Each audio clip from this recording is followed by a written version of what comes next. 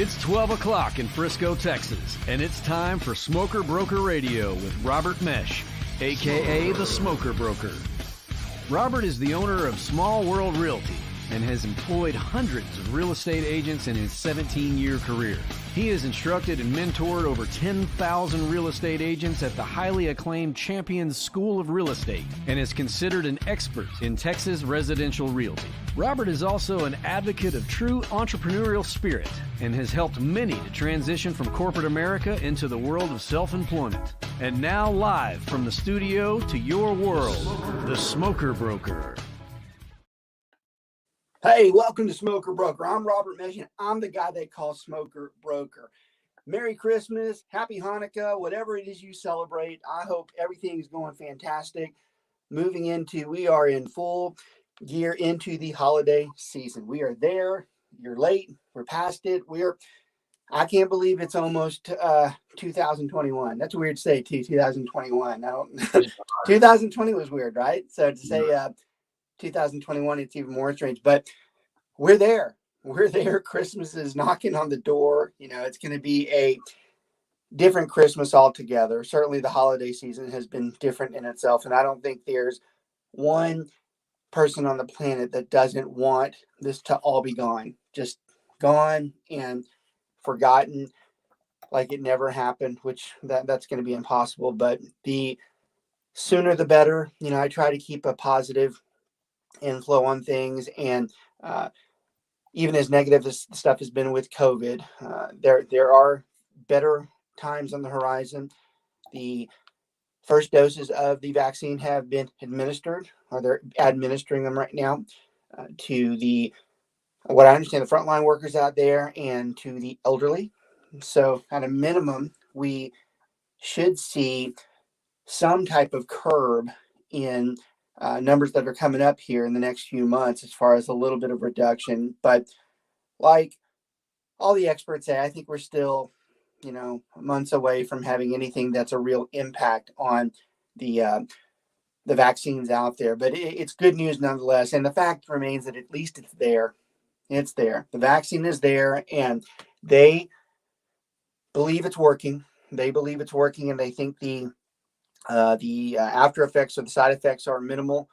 So those are good signs for all of us. We're still under terrible crushes with how things are monitored right now as far as businesses still being closed. And, that effect's going to be something that is not fixed for a long time. So we're still suffering. We're still having a hard time. And we probably still have harder times coming up. The economy probably is going to take a pretty good hit in the first quarter.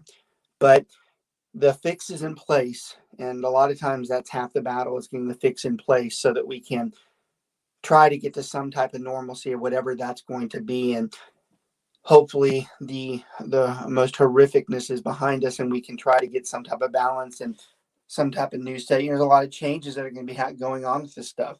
You're going to see corporations make some pretty big changes as to how they move forward, and we haven't seen those yet. So it's going to be interesting how that works out, how many of the restaurants can pan through.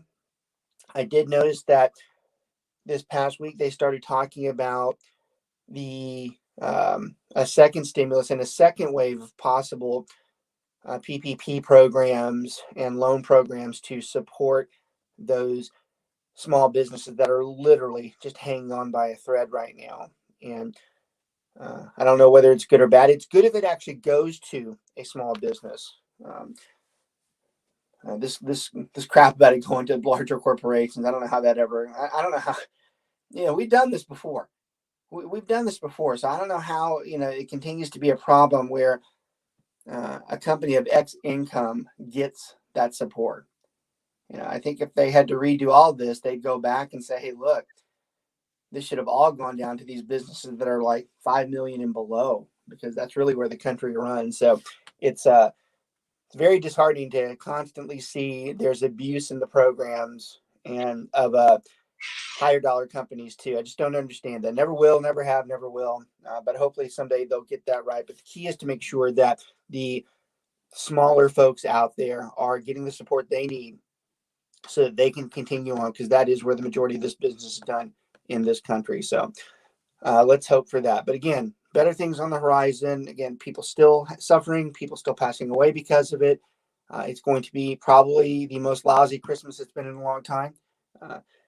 And my dad just informed me again, he is going to continue the protocol. He will not, we're not doing Christmas with them. So I'm surprised by it, but I'm also not, I understand if he gets to that level where he's still concerned about it, then it's important. And I know that he is one of many out there that feel like that. So I know if he's going to do it, I know many other people are going to do it. So it's just going to be a different type of Christmas, and, one that's not a great memory, but hopefully it's passing. I hope it's the last time we have to do this. If you really want to look at a real good silver lining, it's maybe that this will become the first time that we start acknowledging that maybe this will never happen again. And we know that other viruses are out there and can be out there. COVID's obviously a great example of that, but I think we've learned at a minimum, well, next time, this is how this is going to work. And I think we can minimize it. I think that is the real silver lining of this past horrific year, is that we probably learned that there are things we can do a lot better the next time around. So maybe, just maybe, this horrible death sentence for a lot of people, it might be something that we never see again. Maybe it's something that's much more closely knit, and we nip it in the bud before it gets any worse. So anyways, enough that. Tired of, I almost want to, for the beginning of the year, this is going to be our last show, by the way. This will be the last show of 2020. And again, I'm kind of happy just to say that, because I think we're all happy to get rid of 2020, but I'm almost debating on whether we talk about COVID when we come back, just to start the new year off. But we're almost going to have to, because it just affects everything that we do right now. And it's going to still take a toll on the things that we're doing. So as much as I want to forget it and not talk about it, we probably still will when we come back into the beginning. I want to do the show a little bit differently. I've noticed, it's funny, you always have self-observations. Is something I was watching a podcast the other day, and I noticed the sponsor was at the end, and that's when we usually do our sponsors, is at the end. And I realized that 90% of the people get off at the end of the podcast, and I noticed that I was one of those. So it maybe you'll never find me to be hypocritical. I call myself out before anybody. And I was sitting there thinking, I go, that's not cool. I go, we need to change that. So we're going to actually start doing our sponsorship at the beginning of the show. Brent, do you mind handling the sponsors for me? Sure. Should I do a Roddy voice? All right. We have two sponsors. You've got a good one. Is our main inspector that we refer our clients to, and our agents choose to use. I mean, we always offer multiple people, but the one we feel really confident with is Martin Cooley with BPG Inspections. He's my go-to guy, and I know several of our people on our team use him. He's great because he shows up always on time, if not early, finishes inspections quickly, very thoroughly, and gets you that report that night. And what's really cool about his reports is they're all color-coded, bullet pointed, so you figure out what's really important, and we can scan that from an operational standpoint quickly and see what needs to be addressed instead of going through a 50-page inspection line by line, right? He really points out what's important. So yeah, Martin Cooley with BPG Inspections. You can find him on bpginspections.com. You want to book him up. Great guy. His license number is 5595, and you can reach him at 817-401-3240. That's Martin Cooley with BPG Inspections. And sponsor number 2. What's with the drum roll? I don't know. I just feel like it's the last show of the year. Let's be happy. I love it. Our next sponsor is Greg Holdberg, who happens to be my dad, with Liberator Health Insurance. They have plans that allow you to see any doctor and go to any hospital in or out of network. You can save 40 to 60% on your premiums. Liberator just insured a single mom with 2 kids with great benefits for under $330 a month. These plans offer the largest PPO provider network in the United States that covers hospitalizations, surgeries, doctor visits, preventative health screenings, teledoc, x-rays, MRIs, labs, emergency rooms, and urgent care, and much more. As an independent broker agency, Liberator works with some of the best insurance carriers in the industry to get you the most coverage at an affordable monthly premium. For more information and to get a quick quote, call or text Greg Holdberg, independent health insurance broker, at 214-886-4688, or visit them at liberatorhealthinsurance.com. Yes, very good. Excellent. Boom. Outstanding. Boom. Well done. Wish I was good as you at that. You do have that, tend to have that nice radio, soothing advertising voice out there. So well, I tried to perk it up after the solemn so, we had. Right. So today we're going to talk about a more laid back subject, but one that actually brings people in, that drives them to look at a lot of the things that we do at the SWR group in at Keller Williams, and a lot of people who personally follow us as far as their real estate careers go, because we're going to talk today about how we got into it.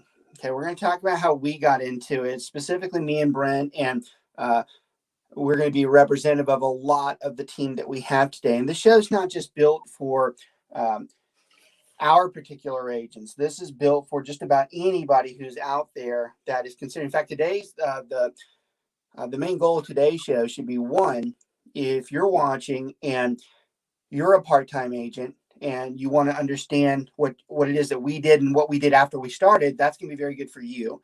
And it's also going to be good for friends that you have that you think are in this situation, that you tell them, hey, you need to watch this podcast today, because this is exactly what these guys are talking about. And I find the timing fitting for this particular show because we're going into the new year. People are starting to make their arrangements. They're starting to make their New Year's resolutions and what they're doing. And a lot of times real estate is one of those priorities that people have out there. So, it's funny. We had another show scheduled for today. I asked Brent, I go, hey, we need to do another topic. I already had this one set. So what should we do? And he suggested this one. And it's kind of embarrassing because I'm like, we should have already done this anyways, because this is the perfect time to have this show. It's perfect time to have this show to where we can say, hey, look, this is a very good reason why you should get into this. And I think it's going to be very enjoyable for those of you that are watching, those of you that will watch, and those of you who forward it to somebody, because I think that's where the real value in today's show is going to be. It's like, hey, look, these guys are doing exactly what you've been talking about. They're one of the only ones that cater to this. They're the only ones that have one of the systems set up to this. You really should give them a shout. And before I forget, we're going to talk, we do it throughout the show too. And we're going to start it with, you should go to joinswr.com. Again, that's joinswr.com. Really simple. You see it right here. He got there. It is. He's got his name over there. Joinswr.com. Super easy. I'm like Ocho Cinco for real estate. What's that? I can change my name. I'm like Ocho Cinco for real estate. Ocho Cinco. I was trying to forget that unpleasantness. Funny you mentioned his name. He showed up in the third worst teammates ever the other day. There were some interesting people on that list. They had some guys I had forgot about. They had Jeff George. They were talking about he was the number one jerk. So he was on there. But that guy, he must have had some hate to him. There's no one that says anything good about him. Wasn't he like 4'3"? I don't know, man. But it's funny. He had a God-gifted arm, but he was just such a jerk. I heard Andre Rison was on that list too. Yeah. These are people you just forget about. But Ocho Cinco was number 3. So mentioned that. He actually showed up this week, and it was cracking me up. But nonetheless, that is very informative, and it's going to kind of summarize everything that we're talking about today. So there are really 2 different types of real estate agents out there. You have full-time and you have part-time. Oh, I love that. Perfect. There you go.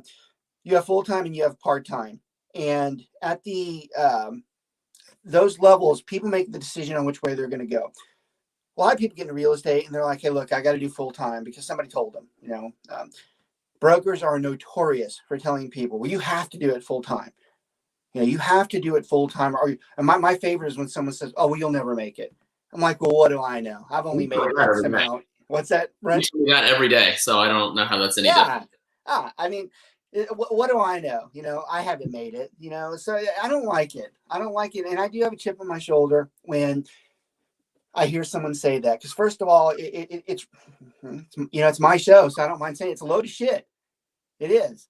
All right, it is. It's not true. He's proof of it. I'm proof of it. And we have plenty of others that are proof of it. You do not have to do this full time. All right. Now, look, I want to put a clarification, because we have a lot of the executive crews and the Keller Williams watch us sometimes. And I want to make sure that I have a very consistent message today for them too. I'm not saying that full time is bad. Of course, the more you work, the better off you're going to be. Of course, we want every agent to be full time if we can. And of course, we encourage people to do full time. But to sit there and suggest that part-time doesn't exist, man, that's just, first of all, it's just not true. I got news for you. I'm not here without part-time. No. I'm not here without part-time. It's a fact.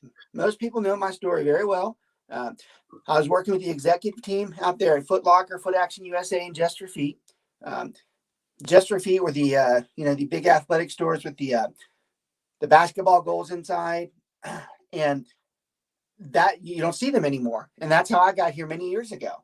Thanks to them and their poor management of what they did, they took me at the time, a very young, up and coming manager level executive area, and they just threw me out like there was no tomorrow. And then I'm sitting here, we're talking about having a family at that point, me and my wife, and all these plans are just put to a halt. And I'm just sitting here, I go, this is the American dream. You work, you got a good job, and then just someone throws your ass out the door because they screwed up. Not you. They did. And when I say about the American dream, I am being sarcastically sick with that, because it is the American dream to own a home, to have a job, because that's what you're raised to do. You get a job, you do what you're supposed to do, but then someone else screws around and then you have to pay the price. You want to talk about the American dream? That is the American dream, because that's what happens right now. Everybody's out there doing what they're supposed to do. Some for years of loyalty. Man, they'll spit on you in 5 seconds if they had to. And that's another reason why we talk a lot about entrepreneurship. We encourage real estate, because we are trying to help you break any type of chain you have into some job that you think you're stuck in. Because I don't care how long you've been in it, they will throw you out tomorrow. If the numbers don't match, especially if it's a public company, they won't give one damn about you.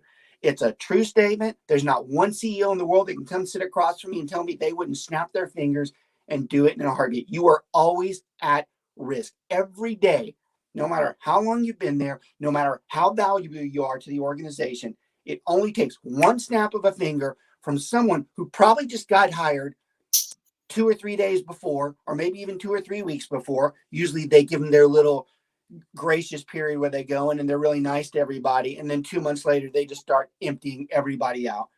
They throw everybody out there. Everybody who's ever built the company knows what the company is, knows what it does. They throw all them out and they bring somebody in who doesn't know a damn thing about it. They're just smart.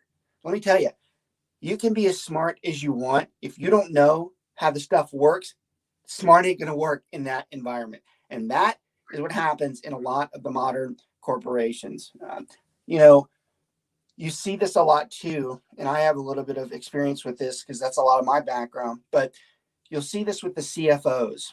And I'm going to put a disclaimer on this too. I have a lot of friends who are CFOs. And a lot of those friends are very good at what they do. And they're competent at what they do. But I'm going to tell you, they are the few and far between.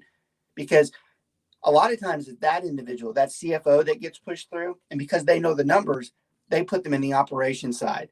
I'm going to tell you, that's usually a bad mix.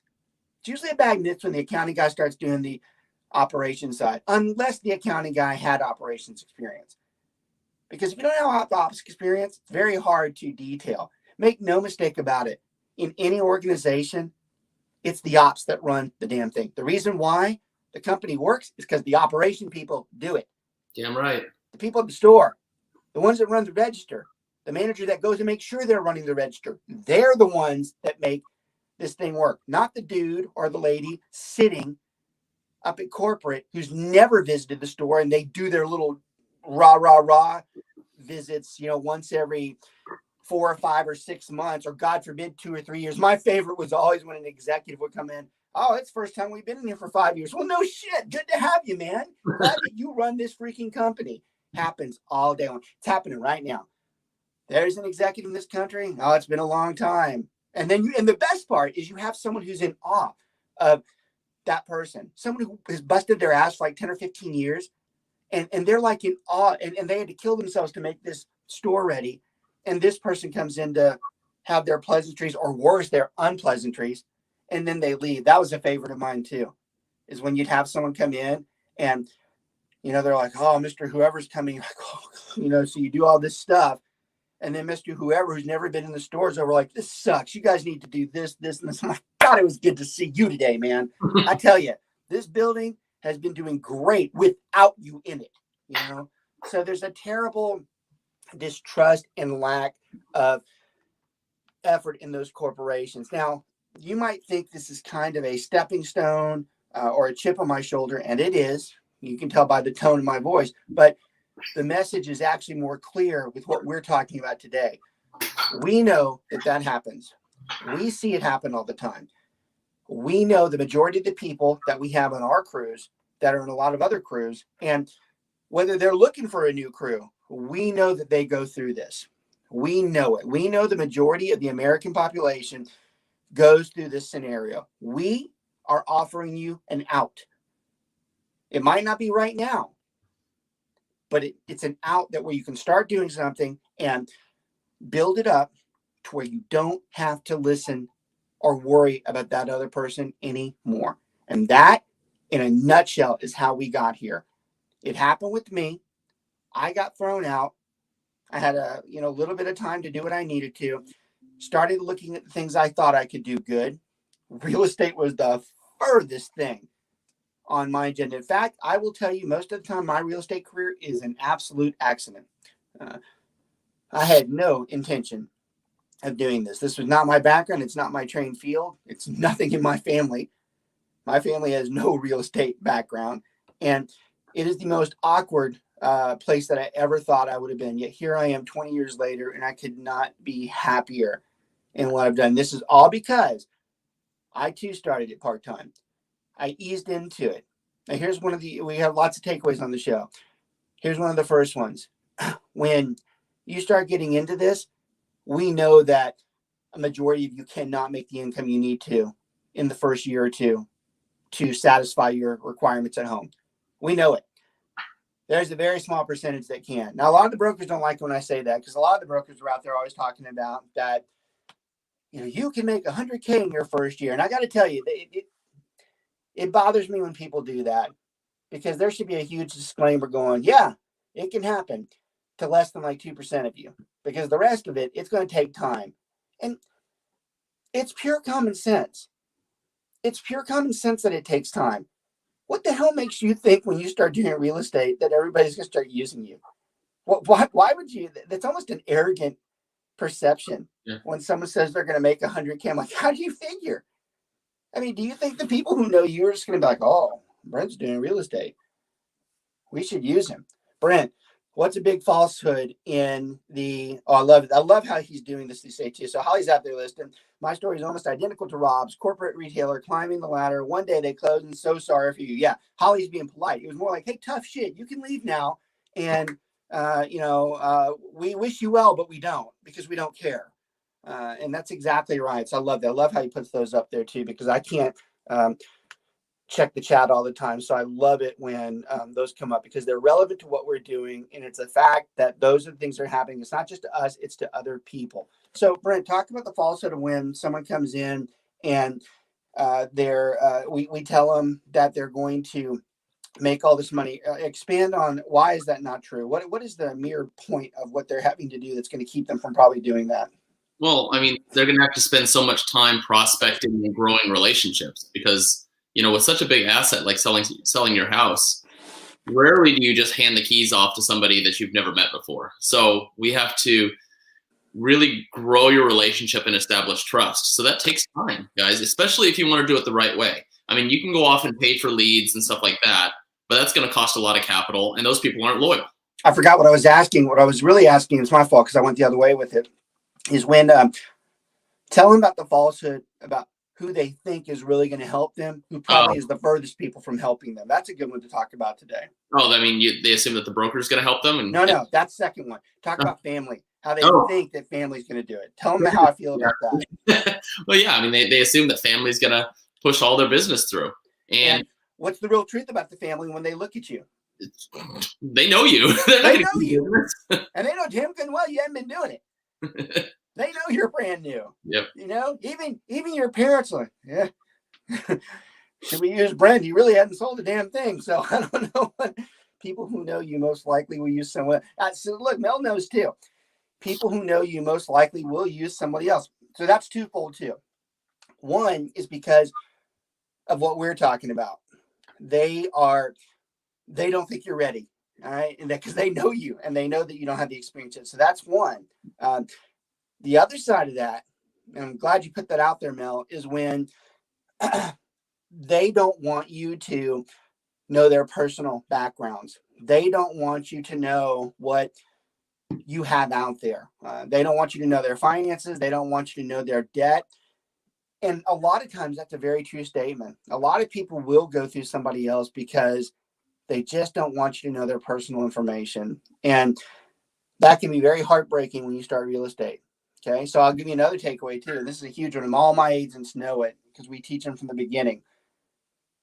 Don't ever worry about someone spurning you, because it's not going to be the last time. It's going to keep happening over in your career. It can be very disheartening, but when you have a friend, or even worse, a family member that uses somebody else, there's most of the time reasons for it. And most of the time, those reasons aren't because of you. It's hurtful, but the best takeaway I can give you from it is you acknowledge, hey, that's great. Let me know if I can do anything for you. Let me know if there's any help that you need outside of that. I'm always here for you. Because what you'll find, and this is a fact throughout most of my career, that one individual, they might not use you for them, but I promise you, they got no problem sending people your way because they still do care for you. And they're still close in your family. So they're not trying to hurt you. They just didn't want you to see their stuff. So a great takeaway from this is to always tell someone, don't go the negative route with them. Take the opposite. Answer their questions. Say, hey, that's great. Acknowledge it. Don't hide from it. Believe me, they feel more guilty than you do about it. Well, some don't. Some ask you to bring buyers to them. We have seen the occasional person that will double down. I had someone the other day who recently did not reuse me. They had used me in the past, and they used someone else, and they called asking me a real estate question. I was like, yeah, all right. And just true to my word, I was like, hey, yeah, no problem, man. Hey, how's the new house going? I answered the question, but I made it very clear, super uncomfortable that you decided not to use me. So yeah, sometimes the people that we think are going to help us are not the ones who are going to help us. They're not the ones. So it makes it a more difficult aspect when we get in there. We're trying to build this up, and we're like, well, that's the first slam in the door phase. We know it's going to take time. We actually encourage the fact that because it's going to take time, that you should have something going on the side to get up and going. That is one of the things that the SWR group at Keller Williams pushes more than anybody in this country. And, hopefully you appreciate the fact that the reason why we push it, it's not like we woke up some morning and went, yeah, it sounds like a good idea. I lived it. I did it. Brent, how's the guy that says that? Yeah, I know the product because I'm a customer. Who is that guy that does that? I'm also a client. Yeah, right. So that's me. Because I did. I lived it. I knew how it worked. I didn't just dream this damn thing up. I knew how it worked. And I did have to take a couple years before I got to decent income. And I would not have made it had I done it part-time or full-time. So I'm a very good example of someone who did have to have dual career status to get going in real estate. And I'm going to tell you, there's more of me than there are the other types of people out there. There's more types of real estate agents who are just like me when it comes to they had not have done it without their other job. Now, one of the main parts of this show today, and I hope it's what gets out there, is that you use this podcast to send it to someone who's in a situation and you tell them that, look, this guy is very supportive of that. He did this. He knows that it had to be done that way. He knows that you can do it and be successful with it. There's no reason not to do this. I fear how many agents are out there, how many would-be agents are out there that don't do it because they think they can't run two things at once, or worse, some idiot told them that they can't do it. God, you people, you real estate brokers and agents out there that tell someone they can't do it part-time, that just, you really should be ashamed of yourself. All right. Because First of all, it's not true. Don't get me wrong. I get what you're saying. I get that you're saying that it should be full time's better. It's better for I understand that. But to tell someone they can't do it is just, you're keeping somebody from basically having their lifetime job, and you're lying to them because you're not right. You're not right. We've got way too much proof that you're not right. Well, but there is some examples of agents trying to do it part-time in, brokerages where there's no support, and that's they're right. They can't do it. How do they know? It's very. So that's a great point. You do have a lot of brokerages that say that we'll take a part-time agent. You want another takeaway from the show? Big difference in saying that you take part-time agents versus catering to a part-time agent. Mm-hmm. Two different worlds. Merely saying you're going to take somebody doesn't mean a damn thing. You have to have the systems in place to support that person. And even more important, you have to have someone who's done it before. You have to have someone who knows that that's how that works. How the hell can you teach someone to do part-time real estate if you've never done it yourself? How can you tell? You don't know what it's like. You don't know what it's like to be at a 60-hour-a-week job and have a close that is completely falling apart. You're going on your breaks, taking more breaks than you should, stepping outside when it's 25 degrees one morning, so nobody hears you, working while you're at work, trying to put something together, have people threatening you, screaming at you, have title companies who say, are you not going to be at this close today? And you're like, well, I really can't. And then they go, and they hang up on you. You know how I know all that? Because it's happened to me. All of this happened to me. I know what it's like to have a full-time job and do this on the side. And I will admit, those days were dark because nobody would freaking help me. If there were systems in place, what should have happened there is I had someone that I work with, or I had numerous people that I work with, and I'm like, hey, I'm at work today. This can go bad. I need your support. And look, when it happens to you, I'll be there for you too. That's what should have happened, but it's not. It's not there. And when you don't have that, you don't have someone who says they take a part-time agent, but they don't cater to it. That's what you end up in. See, Laura says, I'm doing it and love the time I get to spend on my real estate. It's not work to me. So I love that statement too. I tell people all the time, especially recently, that this is like the most sick statement because you really have to look into it, but it's exactly what Laura's talking about. So I tell people that I feel like I've been retired for the past 15 years. Now, I say that because that's how much I love the job that I do. Reality, I carry anywhere from 65 to 80 hours a week.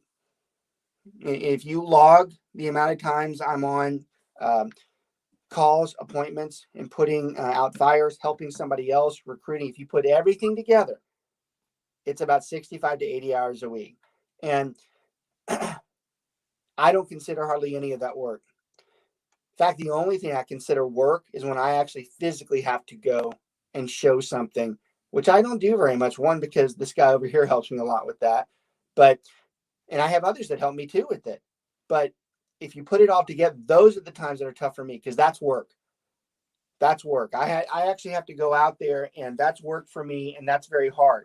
But all the rest of the stuff, I do it in a heartbeat. I got no problem with it, and I love being a part of it. And I love it when an agent comes on and they say that, because I'm going to tell you right now, that's a good key to success, knowing that it makes you happy. And believe me, we have bad times.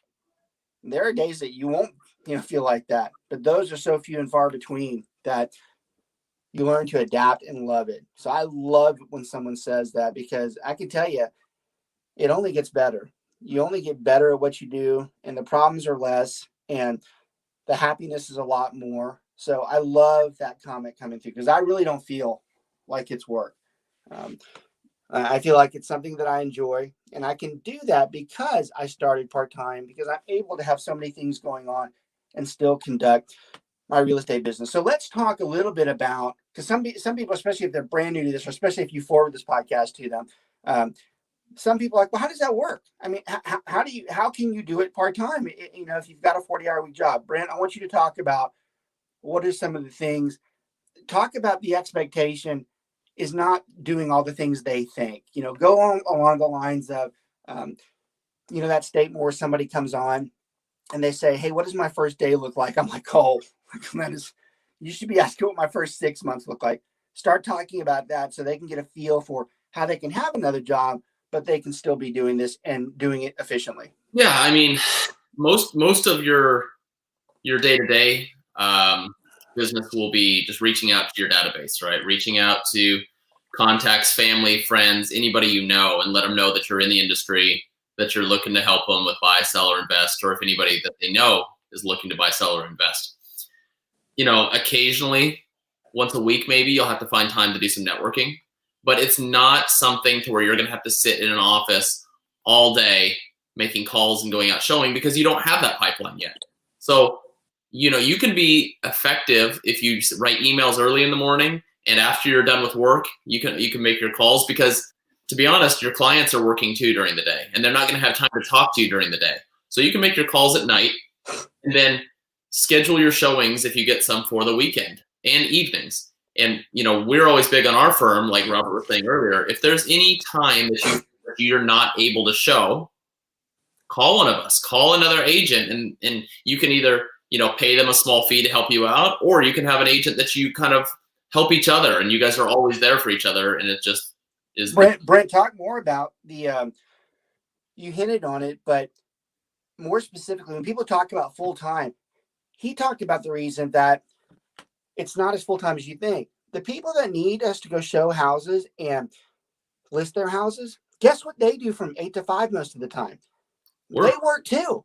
So most of the time when they need us is the time where we're at work as well. Yep. Yeah, it's not just it's not just a matter of we're doing it when we want to. Most of the time we're doing it when they need us to.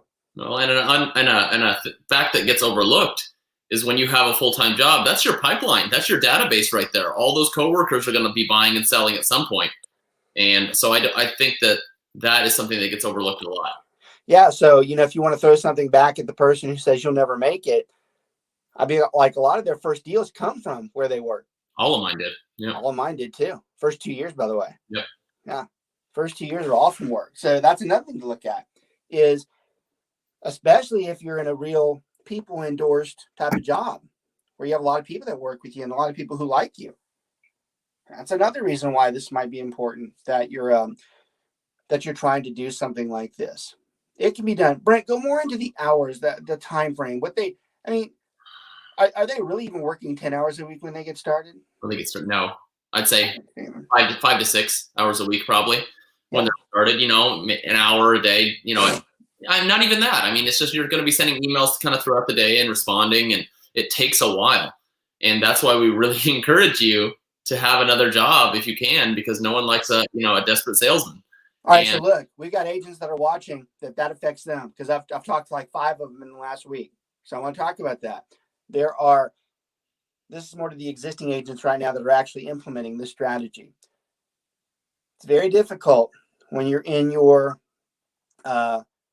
first 6 months or so, that especially if you are trying to do it part-time or full-time, that you find yourself sitting around and you're like, I should be doing something. And you start acting like there's something wrong with you. Well, there's not, because there's only so much you can do. All right. And there's nothing weird about that. I mean, we have 6-figure agents that don't work 15 hours a week. These are people that are closing 2 to 3 deals a month, sometimes 4 deals a month, and they're only working 15 hours a week. So you've got nothing and you're worried about just sitting around. It can happen. Now, look, again, to anybody who's half-heartedly watching this show, because someone will come in and hear that one part and go, how can you tell somebody that? I'm still acknowledging that they should be doing the massive amount of networking and lead gen just like anybody else. I'm just saying it doesn't have to be at the level of time that everybody else does it. Do they do better if they do it longer? Yeah, most of the time they do. But what's worse, them not being able to do it at all and never becoming an agent, or worse, quitting because someone like that person I'm talking about told them to do that and they couldn't, or slowly getting into it where they eventually can make an effect and an impact and actually provide for their family in a way that they never thought they could. I'm going with the other option. I'm going with that one because to me, that's the easier way to do it. I mean, Brent, is that right? Yeah. I mean, I did it for 8.5 years, to be honest. You know? You did. Yeah. You know, you did. I mean, you did. And it takes longer times for us. And fortunate for you, you were super young at that time. And it was the perfect time for you to do it because I think it's harder sometimes for the younger folks because they don't have the contacts and the experience yet in place. So I think for you, it was the perfect time to do it. And we have a lot of people that are like you in the firm, which makes me happy because those people grow to be eventually very competent real estate agents, supervisors, managers, owners. And that's what we're trying to encourage with these people, but they cannot do it on their own. I mean, Brent, we still have multiple income streams, you and I. We still do other things. Yeah. You know, there are always things that no matter what level you're at, multiple, saying, I guess that's a better way to talk about this too. Dual income and multiple income streams to me go hand in hand. You know, and Brent, given your opinion of a multiple income stream, why is it that you think it's important or more, really, why is it smarter? Well, I mean, real estate, to be honest, just in sales goes up and down, right? When it rains. Cyclical. Yeah, for sure. And so there's sometimes where it's like you're just killing it and you're making a bunch of money and then all of a sudden everything dries up for a few months. And that's kind of normal unless you're really getting into your production. But if you just have that other income that kind of balances it out just to take the edge off to where you don't freak out, you know, and especially like at the end of every year when the MLS dues come out and, you know, as an agent, you got to pay a bunch of money. And it's usually, this year's a little bit different, but usually when the market is slower, you know, in December, it's a lot slower and you don't have your income coming in and all these bills are due. So as long as you have something else coming in, I think that's very important. And I get asked a lot by recruits that are like, okay, well, if I'm going to do part-time in real estate, I mean, how many hours does that mean? And I was like, there's no set hours. It could be 1 hour a week. It can be, you know, 30, 40. We don't care. When we say part-time is more dual career, right? We have a different. That's right. And that's a great takeaway from the show today. We say part-time, but it's not part-time. Y'all, in all honesty, so I'm considered, most of my peers will tell you that I'm the guru of part-time real estate.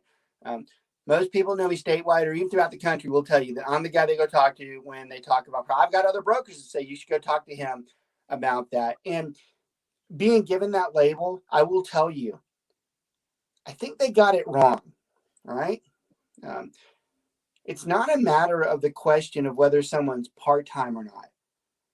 I think the real question becomes, are they really full-time? Mm-hmm. Because who's full-time? How many agents are full-time? I mean, what if they're not? What if they are someone like Brent, who doesn't have to be full-time if he chooses? Now, he is, but he doesn't have to be. I can tell you I'm not all the time. What's the point? Mm-hmm. I mean, why do we call them full-time if they're not full-time? Are we going to call someone who makes $175,000 a year, who we know for a fact is averaging less than 15 hours a week? Is that person full-time? I think we got it wrong. I don't think it's a matter of whether they're part-time or not. I think the real question is, are they full-time? Well, I think I think if you study it, that's going to be a smaller percentage of the real estate agents out there. I think traditionally too, agents are told, hey, you know, as you get in, you're going to get your license. You need to make sure before you even get going that you have 6 to 9 months of income set aside because you're not going to have any other income coming in. And it makes sense at first, but sometimes it takes longer than 6 to 9 months to really get your thing going. So you have no income and you're watching that savings just dwindle down. And now we've hit fall. We haven't even talked about the worry. Forget about the fact that you don't have it. Then you start getting the worry about what am I going to do? And that's why we encourage the dual career. We don't want you doing that. Go do something that brings in a little bit of money so you can balance this damn thing. Mm-hmm. There's no shame or anything wrong. I can tell you what, the bigger shame are the 83% of the agents in this industry that quit in 6 months. That is the bigger shame. Yep. Than someone who says, I better go get a job. That's not failing. Nope. In fact, that's probably the smartest thing you're going to do versus quitting. Quitting real estate is dumb. Mm-hmm. I'm biased towards this conversation, but I believe everybody should have their real estate license. You think about it. even the deals you do for your personal self, that could be 5 or 6 homes. Yeah. And if you progress in income in homes, those commissions are higher. For most people, that's probably at least $50,000 to $75,000 of money in their life for just having a dumb license that they paid originally probably $2,000 for, and they pay probably $1,000 a year for it.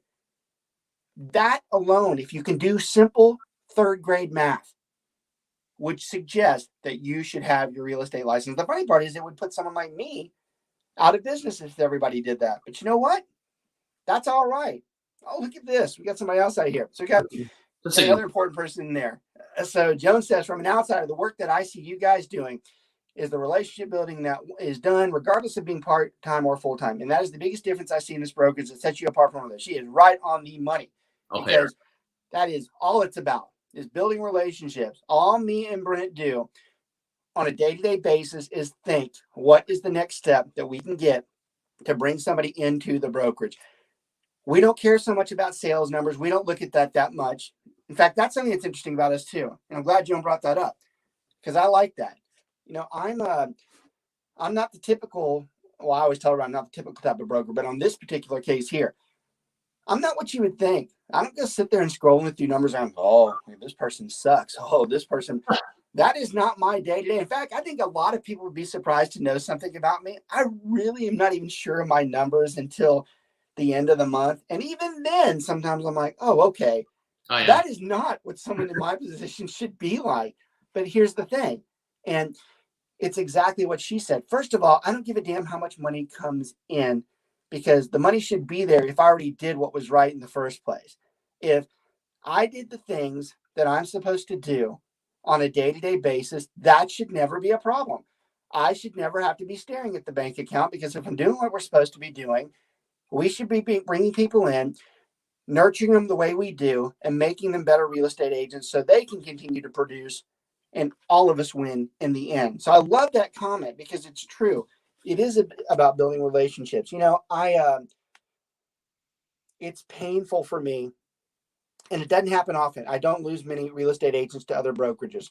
Most of the time, if I lose somebody, it's just like anybody in the industry. They left because they can't do it, and they're done with it, which is sad. It really is. But the ones that go to the other brokerages, the excuses to me are just like, I'm like, it's an excuse at best. Okay. Because you should be able to succeed no matter where you are. All right. And when you make those changes, and I've got some good friends that will take this wrong, and they shouldn't. There's some that will be like, oh, he's talking about me. No, I'm not, most likely. But when you sit there and just switch because you're doing it for whatever reason, you give all these excuses in the end, it's the relationship that is the hardest thing to replace. Okay.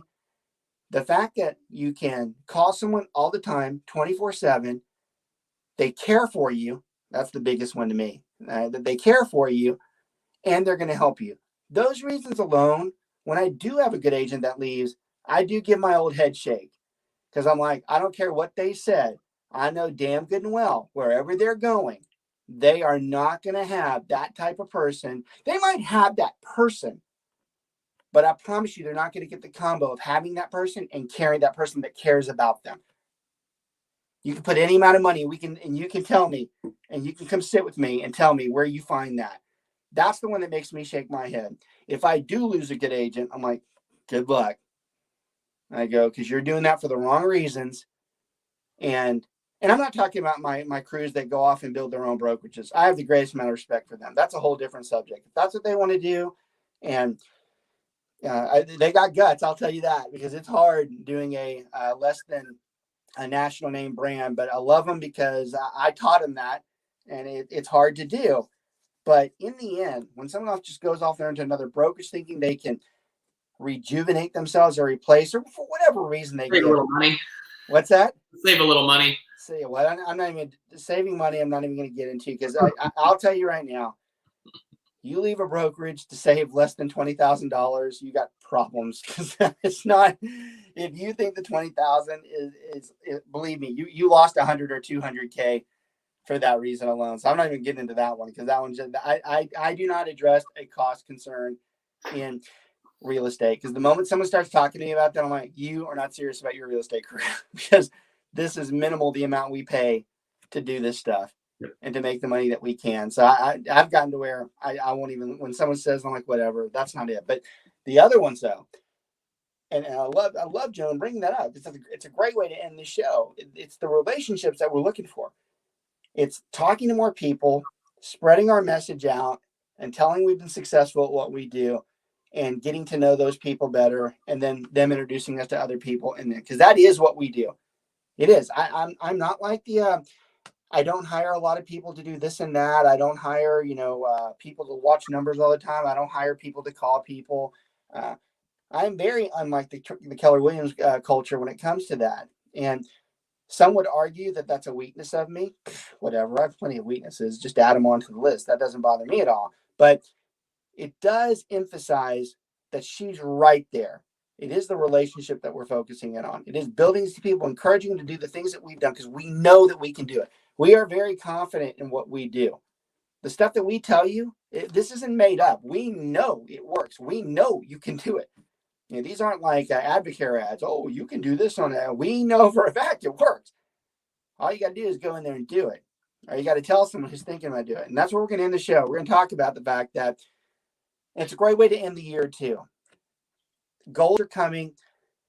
Nobody ever likes their regular job. And even if they do, they're probably lying to you. They're just saying it under their breath. There's always other alternatives out there. Real estate is one of the number one alternatives for you to continue to let you live your life the way you want to, but actually start building something that's very meaningful, that actually might get you to a point where you don't even have to do it yourself and somebody else does it and you're still relevant in the world. That is a huge opportunity for every single person out there. The corporate world is awful. Nobody can stand it. Nobody likes them. And wait till this. You just wait. You just wait for what's coming up. Because I'm going to tell you right now, and I love, this is a great way to end. You mark my words. Listen to what we're telling you right now. We're telling you to get something else on the side because you're going to damn well need it at some point. You watch by next September, October, November, you watch what's happened with the corporations and come back and tell me whether this isn't something that you should have pursued. Everybody that watches this today, whether you watch it for yourself, if you know somebody that's in that boat or you know somebody that should be in that boat, you should tell them, hey, you really ought to watch that show. Those guys seem to have some understanding as to what they know. They actually seem to have some understanding as to what's going to happen. They are preparing you for what the future holds. We think we can help you at this point. Y'all, thank everybody for watching. Literally, we are on our second full year or third full year. I can't remember anymore doing shows. We love doing it. We love pushing our messages out. We love communicating with you, giving you the information we think that it's you need to make you better. And we cannot thank you enough for all the views out there. We appreciate the continued watching. We appreciate you more even sending it to someone and forwarding it. We can see it. We know when that's being pushed out there. We know when other people are watching because somebody else told them. So we cannot thank you enough.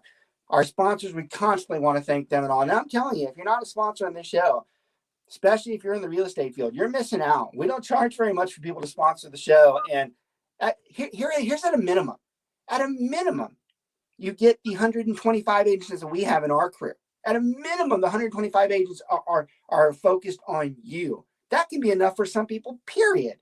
More or less to all the other people that branch in and listen to us. So it's really a great place to have a sponsored advertisement on this particular show. That helps out as well. But we want to thank those guys too.